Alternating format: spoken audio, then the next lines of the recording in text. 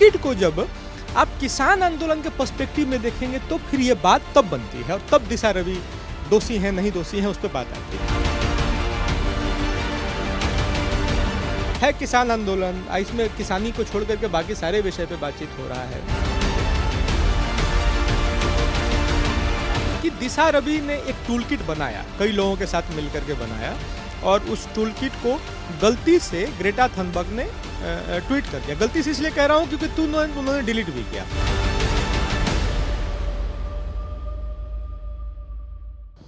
नमस्कार, आप देख रहे हैं टाइम एट कैपिटल और मैं हूं आपके साथ में आदित्य कुमार। दिशा रवि का केस जो है बहुत ही अभी उछलकर सामने आया है और इसके अलावा जो पूरा का पूरा किसान आंदोलन है कैसे अब जो है सो एक एंटी नेशनल के रूप में जो है उसको देखा जा रहा है। इस विषय पर हमारे साथ बात करने के लिए विनय सिंह हैं। ये विनय सिंह लेखक हैं और कॉलमनिस्ट हैं और इन्होंने एक किताब लिखी है। उस किताब में इन्होंने ये बताया है कि ये टूल किट सिर्फ अभी का मामला नहीं है, ऐसे बहुत सारे घटना है जिसमें टूल किट का इस्तेमाल हुआ है। ये पहला मामला ऐसा नहीं जिसमें टूल किट का इस्तेमाल हुआ हो। सर, स्वागत है आपका। धन्यवाद। सर, सबसे पहला प्रश्न ये उठता है कि टूल किट क्या इतना बड़ा मुद्दा है कि जिसको लेकर के दिशा रवि या ग्रेटा थनबर्ग जैसे लोगों पे मुकदमा किया जा रहा है, भारत सरकार कार्रवाई कर रही है? देखिए, टूल किट मतलब क्या हुआ कि एक कैलेंडर हुआ किसी कार्यक्रम का, तो कोई पीआर एजेंसी भी टूल किट बनाती है किसी इवेंट के लिए कि कब कब क्या क्या करना है। तो खाली टूल किट की बात करेंगे तो टूल किट कोई बड़ा विषय नहीं है, लेकिन टूल किट को जब आप किसान आंदोलन के पर्सपेक्टिव में देखेंगे तो फिर ये बात तब बनती है और तब दिशा रवि दोषी हैं नहीं दोषी हैं उस पर बात आती है। एक बात आप समझिए कि किसान आंदोलन जब शुरू हुआ तो किसान आंदोलन में शुरू में तो ऐसा सबको लगा कि भाई किसान एजिटेटेड हैं, चलो एक ही दो राज्य के किसान एजिटेटेड हैं, लेकिन बाद में किसान आंदोलन और फार्म लॉज को छोड़ करके सारे ऐसे इशूज़ आए जिनका किसान आंदोलन के जो सिलेबस के बाहर के इशूज़ थे। अब अर्बन नक्सल्स को छोड़ने की बात थी, लेकिन चलो उसमें पेनिट्रेट कराने का प्रयास किया जा रहा था। सारा किसान आंदोलन अर्बन नक्सल्स को छोड़ने की बात नहीं कह रहा था। खालिस्तान रेफरेंडम की बातचीत आई, खालिस्तान रेफरेंडम 2020 जिसका नाम था, तो लोगों में जिज्ञासा भी जगी। पहली बार लोगों ने जानने समझने का प्रयास किया कि यार हो क्या रहा है किसान आंदोलन, इसमें किसानी को छोड़ करके बाकी सारे विषय पे बातचीत हो रहा है। तो मुझे लगता है कि उसी समय से एजेंसीज भी अलर्ट पे थीं और जो दिशा रवि का मामला आया है, देखिए कि दिशा रवि ने एक टूल किट बनाया, कई लोगों के साथ मिलकर के बनाया और उस टूल किट को गलती से ग्रेटा थनबर्ग ने ट्वीट कर दिया। गलती से इसलिए कह रहा हूँ क्योंकि उन्होंने डिलीट भी किया। फिर चैट लीक हुआ है ग्रेटा और दिशा का। उस चैट में इस बात की जानकारी, भले ही दिशा 21 साल की हैं, ग्रेटा और कम उम्र की हैं, बच्चे हैं दोनों बोलिए तो लेकिन इस बात की जानकारी इन बच्चों को तो है कि जो हमने किया है उसमें यूएपीए लग सकता है और इस बात का डिस्प्रेशन कि सब कुछ डिलीट कर दो। यानी गलती जो की, उस गलती की जानकारी गलती करने से पहले तो थी। और ग्रेटा थनबर्ग ने जो ट्वीट किया तो टूल किट उसी दिन नहीं बना था, टूल किट पहले बना था। और कई लोगों का जब एक पैटर्न एनालिसिस करते हैं, जो सोशल मीडिया इन्फ्लुएंसर्स हैं, तो जो टूल किट में लिखा गया है उसी लाइन पे उनके ट्वीट्स थे, उनके रिएक्शंस थे, उनके इंटरव्यूज़ थे, उनके लेख्स थे, कॉलम्स थे। और मैं ये कह रहा हूँ कि देखिए, भारत में ये पहली घटना नहीं है जहाँ टूल किट का इस्तेमाल हुआ है।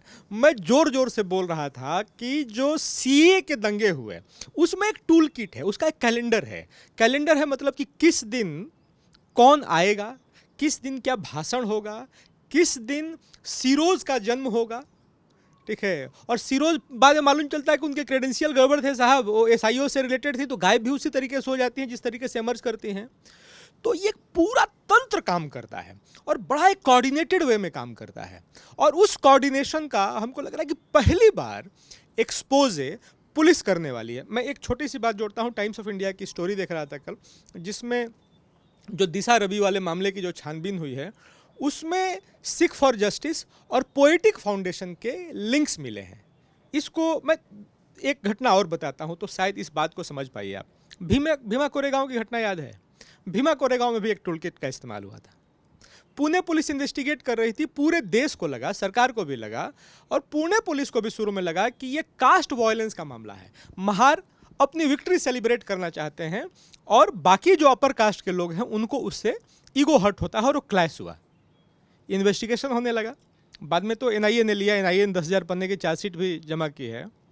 उसमें मालूम है क्या निकला या तो कास्ट वायलेंस बोल करके वो केस बंद हो सकता था, उसमें से प्रधानमंत्री के हत्या की साजिश निकली, प्राइम मिनिस्टर ऑफ इंडिया को मारने की प्लानिंग की गई थी, जो एक कास्ट वायलेंस का केस समझ करके बंद किया जा सकता था। अब उसको समझिए टूल किट क्या है। एक रोना विल्सन है साहब, जेएनयू में पढ़ते हैं। रोना विल्सन मेन कॉन्स्पिरेटर हैं। रोना विल्सन को भी छोड़ने की बात की गई थी। जो लोग पुणे पुलिस के इन्वेस्टिगेशन में आए थे प्राइम मिनिस्टर असैसिनेशन प्लॉट में, उन सबको छोड़ने की बात इस किसान आंदोलन से भी की गई थी। रोना विल्सन कौन है साहब? तो रोना विल्सन मेन कॉन्स्पिरेटर हैं पीएम असैसिनेशन प्लॉट के, कॉन्स्पिरेसी के। उनका संबंध पीएफआई से है। पीएफआई से ऐसे संबंध है कि झारखंड में पीएफआई पे जो प्रतिबंध लगा था, उस प्रतिबंध को हटाने के लिए रोना विल्सन लॉबिंग कर रहे थे। उनके कनेक्शन किससे थे साहब? तो स्टेन स्वामी से थे। पीएफआई झारखंड का और सीपीआई माओइस्ट को एक प्लेटफॉर्म पे लाने के लिए एक ऑलरेडी टीम काम कर रही थी, अंजनी कुमार मल्ल और बसंता कुमारी की। ये मैं नहीं बोल रहा हूं, ये डॉक्यूमेंट्स हैं, ये फाइंडिंग्स हैं एजेंसीज के। तो एक पूरा सिस्टम है, रेडिकल इस्लामिस्ट हैं, क्रिश्चियन मिशनरीज हैं, कम्युनिस्ट हैं, और एक चौथा एक स्तंभ है जिसमें सोशल मीडिया इन्फ्लुएंसर्स हैं, मीडिया है, सेलेक्टेड एकेडमिया है, कल्चरल एक्टिविस्ट हैं और ह्यूमन राइट ऑर्गेनाइजेशंस हैं। तो मैं इसको क्वाडरिगा बोलता हूँ, चौकड़ी बोलता हूँ। ये लिटिल जो फॉर्मेट है कि पहले तीन को चौथा जो ये ग्रुप है, ये जो आइडियोलॉजिकल बैकअप देता है या कवर फायर देता है, वो एक नैरेटिव बिल्डअप करने में काम करता है।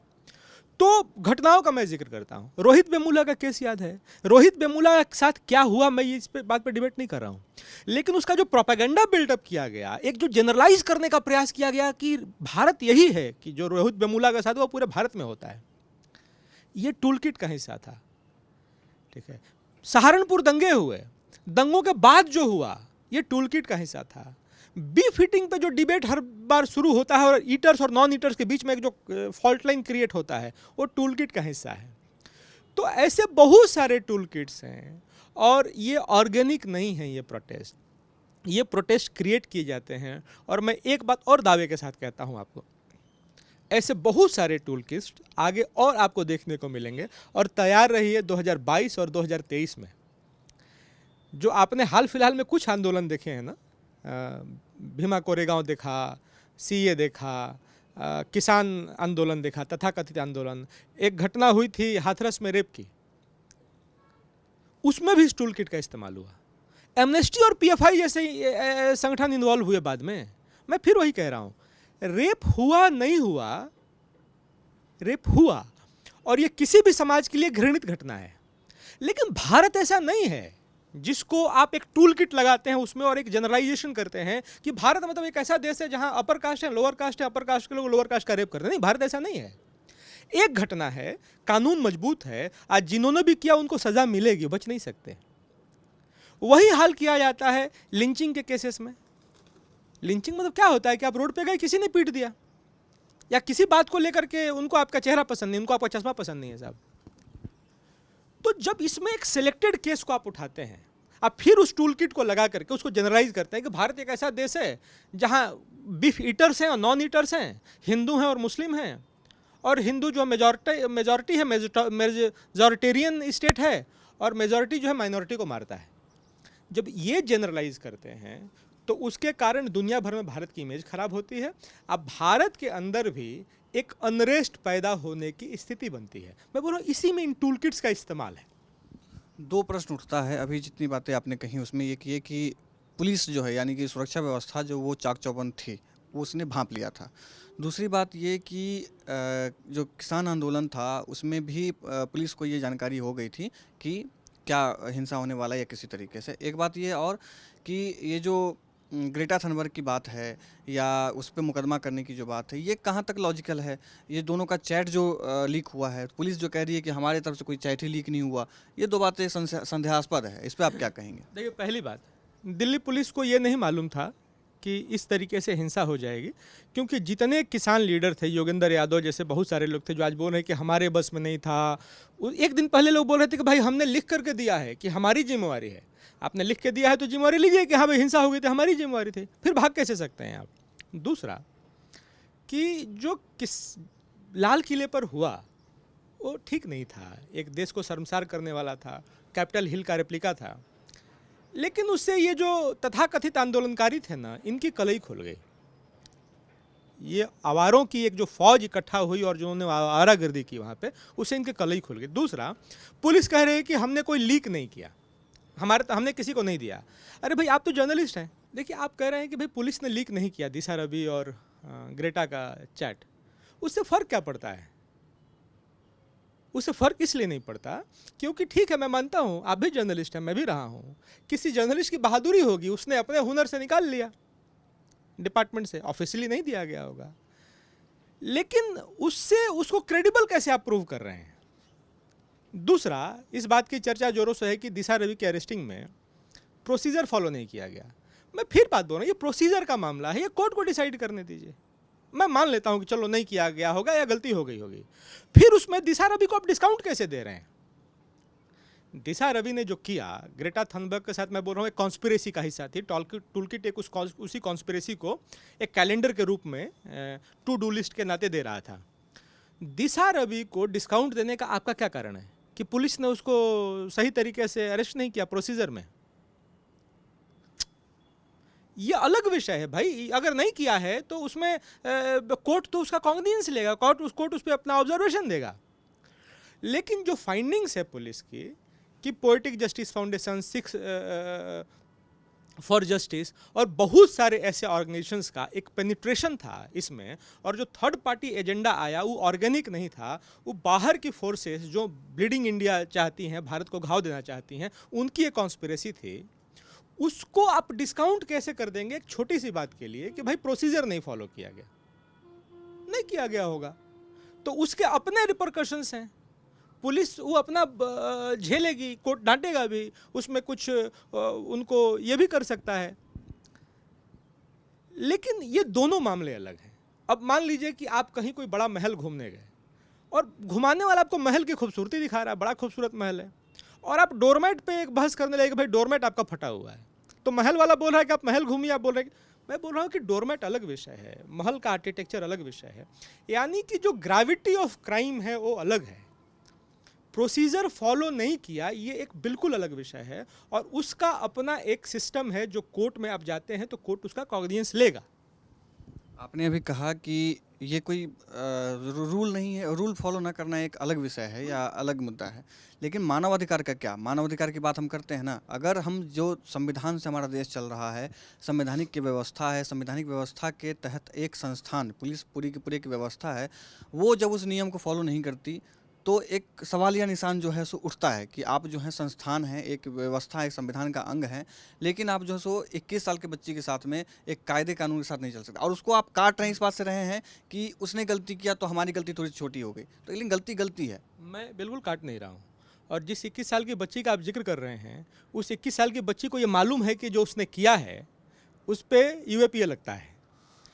वो बच्ची इतनी मैच्योर है कि उसको मालूम है कि 21 साल की बच्ची को वोटिंग राइट्स मिल जाते हैं, विवाह का अधिकार प्राप्त हो जाता है, तो आपको सारे एडल्ट के राइट्स मिल जाते हैं इस देश में। आप बच्ची बोल करके फिर मैं बोलता हूँ कि फिर ये उसी टूल किट के स्ट्रैटेजी में बात कर रहे हैं कि भाई मामला फंसे तो बच्ची बोल के डिस्काउंट करो। नहीं डिस्काउंट दे सकते आप, ठीक है। मैं आपको बताता हूँ, देखिए आपने ह्यूमन राइट्स की बात की। ह्यूमन राइट्स एक बेहतरीन कल्पना है दुनिया के लिए, जहाँ वायलेशंस हुए और जहाँ ह्यूमन राइट क्रश किया गया, लेकिन ह्यूमन राइट के नाम पर सारे तमाशे किए गए, सारे गलत काम किए गए। जैसे एक उदाहरण बताता हूँ आपको, भारत देश में एक फेवरेट टॉपिक है, हर 2 साल में चर्चा का विषय बनता है, बीफ ईटिंग का, गाय मांस का। तो क्या होता है कि एक मेजॉरिटी इस देश का पॉपुलेशन है जो बोलता है कि नहीं भाई आप नहीं खा सकते गाय, क्योंकि गाय हमारी माता है, हमारी धार्मिक भावनाएं उससे जुड़ी हुई हैं और हम उसको लेकर के एक भावनात्मक स्तर पर हमारा लगाव है। एक मॉडरेट व्यू क्या आता है, जो सो कॉल मॉडरेट, पता नहीं है कि नहीं, कि भाई this is a right to eat. उसी में कोई ड्रेक ओबरान बोल देंगे ये गरीबों का प्रोटीन है। लेकिन मुझे इसमें एक टूल किट नज़र आता है। टूल किट इस नाते कि हर 2 साल में ये डिबेट आता है, और जब आता है तो ईटर्स वर्सेस नॉन ईटर्स का एक डिवाइड क्रिएट होता है। एक फॉल्ट लाइन है जिसको आप और स्ट्रेंथन करते हैं। इन फॉल्ट लाइन्स के यूज़ करने के रेफरेंसेस कॉन्स्पिरेसी थियरीज में कई जगह पे हैं। अर्बन पर्सपेक्टिव डॉक्यूमेंट जो माओइस्ट का है उसमें भी है, वीटी राजशेखर शेट्टी की जो राइटिंग्स हैं उसमें भी है कि इन फॉल्ट लाइन्स का कैसे यूज़ करके समाज को बांटना है। लेकिन अब ये देखिए कि जो राइट्स वाले संगठन हैं, एमनेस्टी है, ग्रीन पीस है, चाइना में कुत्ता बचाते हैं क्योंकि चाइनीज कुत्ता खाते हैं, तो वहां पे उनका स्टैंड क्या है कि एनिमल राइट्स का मामला है। वहां पे कुत्ते के लिए एनिमल राइट्स का पैरामीटर है और वहीं भारत में गाय के लिए राइट टू ईट का पैरामीटर लगाते हैं। तो अगर कुत्ते के लिए एनिमल राइट लग सकता था तो यहां भी एनिमल राइट्स कर सकते थे आप। मैं बोल रहा हूं कि ईटिंग नॉन ईटिंग, मैं उस डिबेट में नहीं हूं। मैं बोल रहा हूं कि एक टूल किट है, उस टूल किट का अपने अपने हिसाब से अलग अलग देशों में यूज किया जाता है। वही कुत्ता खाना एनिमल राइट्स का विषय हो जाता है और वही गाय खाना राइट टू ईट के खाते में आप डालते हैं, वही ऑर्गेनाइजेशन, वही लॉट। तो ह्यूमन राइट के नाम पे बहुत सारी जो दुकानें चल रही हैं उनको भी एक बार स्कैन करने की ज़रूरत है कि ईमानदारी से human rights, animal rights, environment के इशूज़ पे जो काम कर रही हैं वास्तव में कर रही हैं कि नहीं कर रही हैं, कि किसी और थर्ड पार्टी एजेंडा का पोषण कर रही हैं यहाँ पे। अभी आप देख रहे हैं कि पूरा का पूरा जो टूलकिट का मामला आया है उसमें सबसे तो दिशा जो है और ग्रेटा थनबर्ग दोनों के संपर्क पहले से भी थे। तो क्या जो ऐसे जो ग्रुप हैं जो इस काम को कर रहे हैं, जो इस प्लान को एग्जीक्यूट कर रहे हैं, क्या उन्होंने ग्रेटा थनबर्ग तक पहुंचने के लिए दिशा रवि का यूज किया? देखिए क्या है कि ग्रेटा और दिशा ये दोनों उस टूल किट का हिस्सा है, ये टूल है अपने आप में। जो बड़ा डिज़ाइन है उसमें ये बहुत रॉ मटेरियल्स की भूमिका में है, छोटे छोटे इनका एक यूज़ है या मिसयूज़ है। लेकिन इस बात को आप समझिए कि ग्रेटा जैसी लड़की जो इतने कम उम्र में इतनी चर्चा बटोरी, उसने पिछले 1 दशक से ग्रेटा चर्चा में है, हम भी लगातार उनको पढ़ते रहे हैं। मैं उनको एडमायर करने वालों में से रहा था कभी, पिछले 2-3 सालों में मैंने भी समझना शुरू किया है। तो यदि ग्रेटा बनने के बाद यही करती हैं जो अभी कर रही हैं, तो ग्रेटा को जो ग्रेटा बनाते हैं लोग, जो इस लेवल तक ले जाते हैं, उन संस्थानों की क्रेडिबिलिटी पे डाउट होता है, ठीक है, कि उनके असली मकसद पे डाउट होता है। और जो इन लोगों को ग्रेटा थनबर्ग बनाते हैं वो संस्थान असली कॉन्स्पिरेसी का हिस्सा है, वो प्लानर्स हैं। अब आप देखिए कि मियां खलीफा भाई पॉर्न स्टार हैं, कहाँ किसानी से मतलब है उनको। रिहाना, पैसे लिए रिहाना ने एक ट्वीट के लिए। रिहाना का जॉर्ज सोरोस से इतने सारे एविडेंस आ रहे हैं, जॉर्ज सोरोस से उनकी फंडिंग है साहब। जॉर्ज सोरोस घुमा फिरा करके कई भारतीय प्लेटफॉर्म्स को फंडिंग कर रहे हैं जहां से प्रो खालिस्तान वॉइसेस को सपोर्ट मिल रहा है, घुमा फिरा करके, ठीक है, जहां से इस पूरे प्रोपेगेंडा को बिल्ड किया जा रहा है। ये बड़ा एक इंटरकनेक्टेड वेब है, एक मकड़ जाल की तरह है। इसको जितना आप समझते जाएंगे उतना उलझते जाएंगे। एक बात और, समझने के लिए उलझना जरूरी है इसमें। अब वही 10 लोग, वही 8 लोग को, अब जितने भी सीए आंदोलन में देख लीजिए तो, या किसान आंदोलन में देख लीजिए जो, या दिल्ली दंगा के समय में जो भी लोग थे, वही गिनती के मुट्ठी भर के 10 लोग, 20 लोग, 50 लोग हर मामले में वही निकल कर आते हैं, हर बार वही सामने आते हैं। लेकिन फिर भी भारत सरकार जो है वो चुप है। वो कुछ हाथ पर हाथ रखे, क्या मजबूरी क्या है उनको जो इस तरीके के लोगों को जो है प्रतिबंधित नहीं कर पा रहे हैं, उनको ऐसे रोक नहीं पा रहे हैं? देखिए, भारत सरकार की कोई मजबूरी नहीं है। भारत एक डेमोक्रेटिक देश है और दुनिया भर में ये जो टूल किट वाले लोग हैं कितना भी हो हल्ला मचा लें, हमको हमारे डेमोक्रेटिक वैल्यूज़ पे नाज है। हमारी डेमोक्रेटिक वैल्यूज़ को कोई माई का लाल इस दुनिया में चैलेंज नहीं कर सकता। हम और मैच्योर हो रहे हैं, हम अपने इंस्टीट्यूशंस को और मजबूत कर रहे हैं, डेमोक्रेटिक वैल्यूज़ को और ज़्यादा अच्छे तरीके से हम ये कर रहे हैं। कोई भी कार्रवाई करने से पहले भारत सरकार इस बात का ज़रूर ध्यान रखती है कि कहीं ऐसा मैसेज न जाए, कहीं ऐसी गलती न हो जाए कि जो हमारे डेमोक्रेटिक वैल्यूज़ हैं उन पे सवाल उठे, ठीक है, इस बात का ध्यान रखती है। इसमें कई बार डिले होते हैं, उन डिले से थोड़ा बहुत नुकसान भी होता है, लेकिन हमको एक चीज़ लगता है कि दूर का फ़ायदा देखने के लिए अगर तात्कालिक थोड़ा नुकसान भी सहना पड़े तो ये फ़ायदे का मामला है। तो साफ कहना है विनय सिंह जी का कि हम अभी थर्ड वर्ल्ड वार में हैं, जिसमें ये सारा का सारा सर्कल, किसान आंदोलन, सीएए, दिशा रवि, ग्रेटा थनबर्ग, ये सब एक गोल घेरे में है। सब एक ही रूप, एक ही अंग, एक ही हिस्सा का एक भाग, एक जो कह सकते हैं उसमें है। आप ऐसे ही रिपोर्ट्स के लिए देखते रहिए टाइम एट कैपिटल।